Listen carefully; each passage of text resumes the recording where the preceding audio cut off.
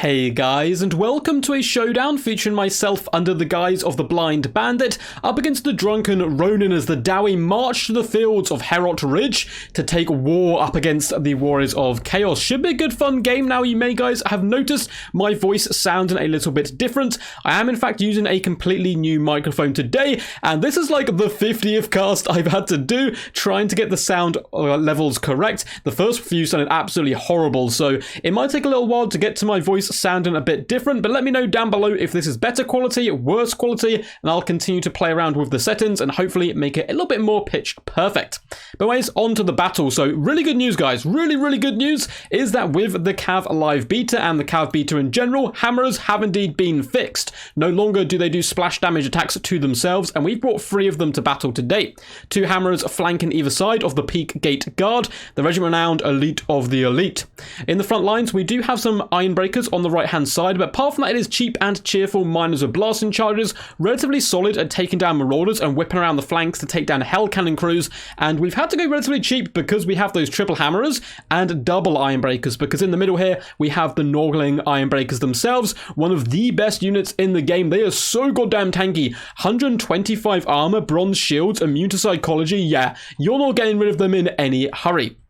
In the central pocket here, we have a double Master Engineer looking to bring their flash bombs and replenishment stock to the battlefield. Not only can they apply good long-range pressure, they're basically our only range elements today, apart from those blasting charges. Now, in, I believe, fruit rules, you're allowed to bring double flash bomb. In banner rules, you're not allowed to, so different rules for different tournaments, but this was just a quick battle today, so we brought both of them anyway. We do have Thoric Ironbrow leading the battle line. He is easily the best Dwarf Lord by an absolute mile right now. Such good durability for a support character. He's coming in with the Rune of Slowness, Rune of Speed, Rune of Breaking, as well as the Rune of Doom. So a pretty fun build for myself, looking to go that elite infantry push style of play from the Dowie. As for my opponent, he's gone for a really unique style of play. He has a triple horseman on the left hand side and double on the right, all with thrown axes to add to that AP, and he's actually going to be playing at defensive chaos, which is not something you hear terribly often. No one really plays defensive chaos. Everyone goes super aggressive them, so it's kind of cool to see this as well. Heading out into the snowy plains is Archeon the Everchosen, aka Archie as we like to call him. He's coming in with Burning Head, Flaming Sword Rune, and Cascading Firecloak, Slayer of Kings, and Stand or Die. So he's bursting across the field there on his flaming horse, which I'm sure will warm him up here. We have a load of Chaos Marauders in the front line, again very cheap because he can't afford too much. Double Chaos Warriors with great weapons in the back, as well as the Chaos Marauders with great weapons, and 2 Hell Cannons, one of which is the Soul of Damnation, looking to bring that long pain to me. And yeah, it's not good. I looked across the field of battle, saw the Hell Cannons, and was like, oh god, this is going to go so badly, because they're perfectly designed to kill elite infantry, and the entire punch and entire point of my build is that the elite infantry gets in there and dishes out the pain. So we're going to have to do the rather long walk across, pump those dwarvish legs. We're deadly over short distances. Unfortunately, we have a long distance to cover, and the entire way we're going to be getting harassed by these throwing axes, which is very problematic. I mean, the AP is quite nice, so what we're going to be doing is using our miners to try to shield away from the horse. My opponent's been maybe a little bit overconfident seeing my build, and he's not taking these guys off fire at will, so they are still throwing axes into miners and other kind of wasteful units. Hell Cannons have focused down the Ekrund miners, it would see, doing some nice damage, and a big blast right into the Norgling Ironbreakers. I spoke very highly of their armor, but that's not going to help you too much against a demonic cannonball from Satan himself. Now, the miners are pushing out, as well as the Ironbreakers, who actually catch my opponent off guard a little bit and set a few of his horsemen on fire. They're now going to be moving in to try to dish out the pain, but as long as we get the miners and the Ironbreakers facing them, and keep our beloved hammers relatively safe in the middle, they should be able to carve their way through a decent chunk of this Warriors of Chaos build. We do have Marauder Horsemen floating around the back. They continue to throw axes at our miners with blasting charges, as the Hell Cannon is aiming at our more elite troops, the Hammerers and the Ironbreakers. On the right hand side, you can see the poor Ironbreakers are taking quite through throwing axes, but they still have those bronze shields and 125 armor, which will help relatively okay, though not when they're getting axes in the rear. And a lovely Hell Cannon shot reaps havoc amongst the Norglings down here, taking quite a big punch. Now the horsemen can continue to kite back. We're just driving away with the miners. We actually catch my opponent off guard on the upside here as well, and that's going to happen if your opponent's going for this like really skirmish heavy play. Keep pushing, keep getting aggressive, and you will make them make mistakes. Ekrund doing some lovely HP damage, but not getting too many kills, which is a little bit problematic. Now, good news for me is we're about to get the battle underway. Bad news is I'm quite bunched up at the moment, moving towards this one hell cannon. I wanted to isolate one and kill it, and then move on to the next. So we've taken a bucket ton of damage on the approach. A lovely old burning head does go down on the Ironbreakers, looking to reap havoc across my build. Luckily for me, the winds of magic swept in my favor, and it pushed that burning head away from me.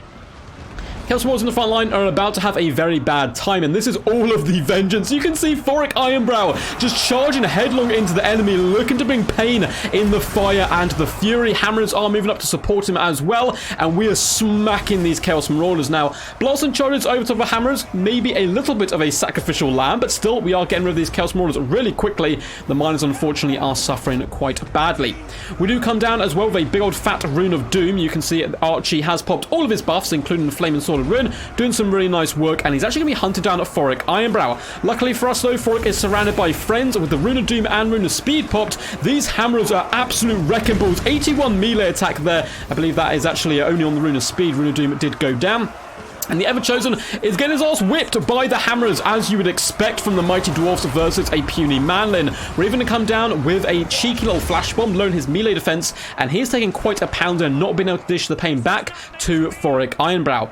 In the back, we have unfortunately sacrificed the Ekron Miners, and I believe the Ironbreakers as well, just to hold back all these horsemen and help support the Master Engineers, who are desperately trying to bring the pain to Archie, as he is a relatively low HP.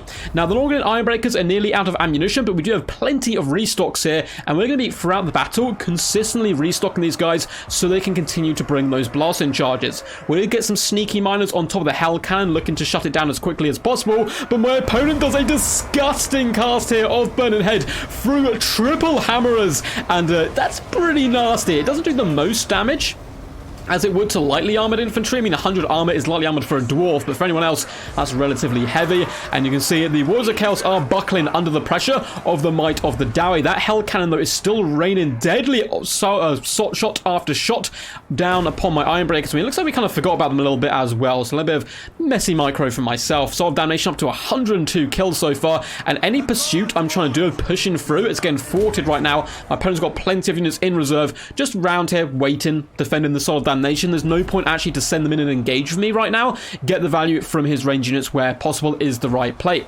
So a little bit sneaky here. We do prop a Master of Slowness down on the Everchosen and start applying some pressure. My opponent did sweep in with these horsemen to distract me. You can see a few are still stuck here. So we're going to have to pull the hammers back in looking to protect them, as I'm really trying to whittle him down. Now he's down to just 1,300 HP. They go down to 1,200, and we're chipping him down quite quickly. If we can protect these Master Engineers, we have a great shot, despite the balance of power saying it's relatively even at the moment. I think if we can kill the Everchosen, that will turn in our favor, because the Marauder Horsemen with Thrown Axes are running relatively lower on ammunition.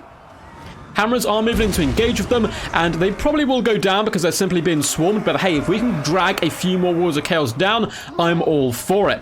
The Engineers are trying to hustle their booties all the way over to the Peak Gate Guard and other units, including these Hammerers. You can see some fiery rings going down just to help clear out the Chaos Marauders, as well as a cheeky flash bomb to slow down these units and hopefully allow the Master Engineer to escape the wrath of the Everchosen, who is doing so much work right now. Onto this poor Engineer. Flee, you fools! Luckily, there's some blasting charges coming over, and the High Runesmith, I should say, to give him his proper title, Foric Ironbrow, pops the old Rune of Speed and moves into hand-to-hand combat. That should allow a lot of my units to prosper here, and Archie does flee. The pathetic Manlin fleeing before the might of the Dwarfs, and with that, the balance power is going in our favor. You can see down here, the Norglin Ironbreakers are just so good. They last an infinite amount of time in the battlefield. They might as well be unbreakable.